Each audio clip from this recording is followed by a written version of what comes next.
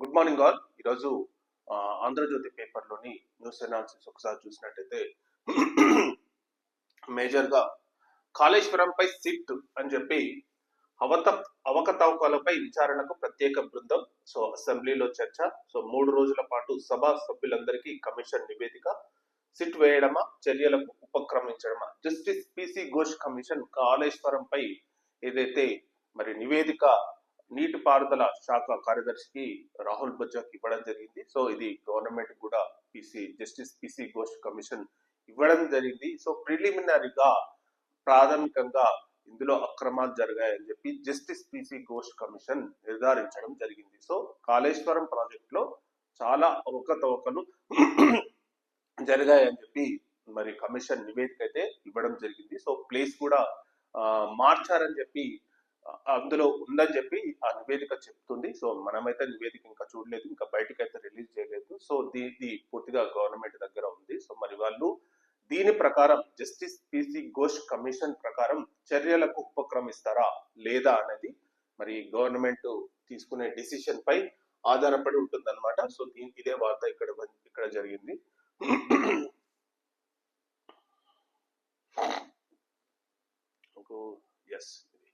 Scanning కేంద్రాలపై పర్యవేక్షణ ఇది తూతూ మంత్రంగా పిసిపి ఎన్డిటి తనిఖీలు. సంఘటనలు జరిగితేనే అడాబుడి. రాష్ట్రంలో 4180 కేంద్రాలు. సో వీటిలో నెలకు దాదాపు 10% కేంద్రాల్లో కూడా తనిఖీలు జరగట్లేదు.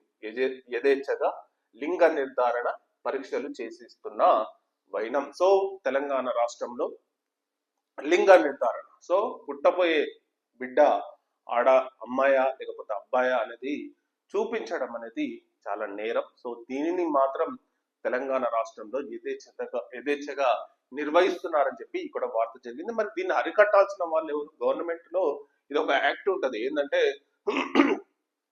ప్రినాటల్ డయాగ్నోస్టిక్ టెక్నిక్స్ పిసిఎన్డిటి చట్టం 1994 ప్రకారం దీనిపై ఖచ్చితంగా ఈ కేంద్రాలపై తనిఖీలు నిర్వహించాలి. సో చెక్ చేయాలి. సో దీనిపై ఖచ్చితంగా చర్యలు కూడా తీసుకోవాలి. ఇటువంటి కేంద్రాలను మొత్తం సీజ్ చేయాలి. కానీ ఇంకా యథేచ్ఛగా కొన్ని కేంద్రాలలో ఈ లింగ నిర్ధారణ దాని గురించి చాలా మంది చేపిస్తున్నారు. ఒకవేళ అమ్మాయి అని తెలిస్తే అక్కడ తీసేసుకుంటున్నారని చెప్పి చాలా మంది ఆరోపిస్తున్నారు కూడా. సో మరి దీనిపై ఖచ్చితంగా తెలంగాణ గవర్నమెంట్ చర్యలు తీసుకోవాల్సిన అవసరం ఎంతైనా ఉంది. నెక్స్ట్,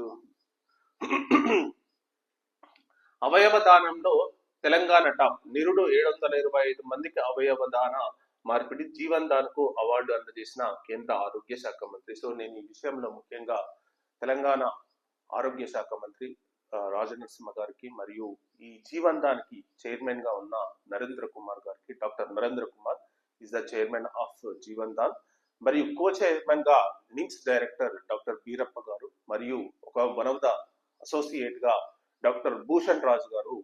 ఈ ముగ్గురు ఈ నోడల్ ఆఫీసర్ గా భూషణ్ రాజు గారు. సో తర్వాత తెలంగాణ గవర్నమెంట్ ఆరోగ్య శాఖ మంత్రి, సో తెలంగాణ మెడికల్ కార్యదర్శి క్రిస్టినా మేడం కూడా.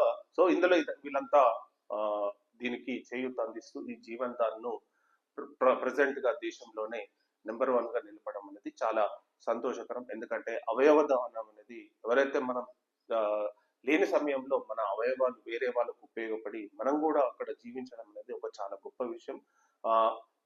అంటే ఉట్టిగా కలిసిపోయే మట్టిలో కలిసిపోయే అవయవాలు అనేది ఒకరి ప్రాణాన్ని నిలబడుతుందంటే వాళ్ళకు అందించడం అనేది చాలా గొప్ప సంస్కృతి అని చెప్పాలి, చాలా గొప్ప విషయం, గొప్ప దాతృత్వం అని చెప్పాలి. సో అలాంటి ఈ దాతృత్వంలో తెలంగాణ ప్రజలు చాలా ముందున్నారని చెప్పాలి. ఎందుకంటే దేశంలో 0.8%, అంటే 10 లక్షలకు 0.8% మాత్రమే అవయవదానం చేస్తుంటే తెలంగాణ ప్రజలు మాత్రం 4.8% అవయవదానం చేస్తున్నట్టే తెలంగాణ ప్రజలు ఎంత దాతృత్వం గలవారు మనం చూస్తే అర్థం చేసుకోవచ్చు. ఇంత ఉద్యమకారులో ఎంత దాతృత్వం ఉన్న వాళ్ళు. ఈ ప్రజల సంస్కృతి అనేది నిజంగా ఈ గడ్డలో పుట్టినందుకు ఎప్పటికీ గర్విస్తూనే ఉంటాను. ఇంత గొప్ప విషయాలను తెలంగాణ ప్రజలు ఇంత దాతృత్వం ఇంత చూపిరంటే నిజంగా హ్యాట్స్ అప్ టు తెలంగాణ ప్రజలు. ఎవరైతే ఈ ఆర్గాన్స్ డొనేట్ చేసిరో సో ఆ ప్రజలందరికీ వాళ్ళు ఎప్పుడు కలకాలం జీవిస్తుంటూనే ఉంటారని ప్రగాఢంగా నమ్ముతూ, మరియు ఎవరైనా అవయవ దానం తమ పేషెంట్స్ కు అత్యవసర పరిస్థితుల్లో కావాలంటే నిమ్స్ ఆసుపత్రిలో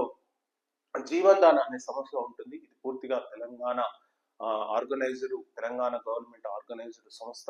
అక్కడికి వెళ్ళి ఏ పేషెంట్కి అయితే డాక్టర్ రిఫర్ చేస్తాడో ఈ ఆర్గన్ కావాలి, లేకపోతే లివర్ కావాలి, లేకపోతే సంథింగ్ ఇట్లా కిడ్నీ కావాలి, ఇట్లాంటి ఏదైతే ఆర్గాన్స్ తమ పేషెంట్ కావాలని డాక్టర్స్ రిఫర్ చేస్తారో మనం రిజిస్ట్రేషన్ చేసుకొని అక్కడికి వెళ్ళి ఏదైతే కావాలో దాన్ని అప్లై చేసుకుంటే దాన్ని పరీక్షించి దాన్ని స్క్రూటినీ చేసి ఆ సంస్థ ఆ పేషెంట్ కు అంటే దానికి ఒక ప్రాసెస్ ఉంటుంది. ఆ ప్రాసెస్ ప్రకారం ఆ పేషెంట్ కు అమర్చే బాధ్యత జీవన్ దాన్ సంస్థ అనేది తీసుకుంటుంది. సో ఇది ప్రెసెంట్ గా తెలంగాణలో సో నిమ్స్ ఆసుపత్రిలో ఉంది. ఎవరైనా సరే స్వచ్ఛందంగా వెళ్ళి మనం ఆర్గాన్స్ డొనేట్ చేయాలనుకుంటే ఇక్కడ మనం డొనేట్ చేయొచ్చు. సో ఎవరికైనా పేషెంట్స్ కావాలన్నా కూడా అక్కడ రిజిస్ట్రేషన్ మాత్రం చేసుకోవచ్చు. ఇది జీవన్ దాన్ సంస్థ అనేది నిమ్స్ హాస్పిటల్లో ఉంటుంది. సో ఇది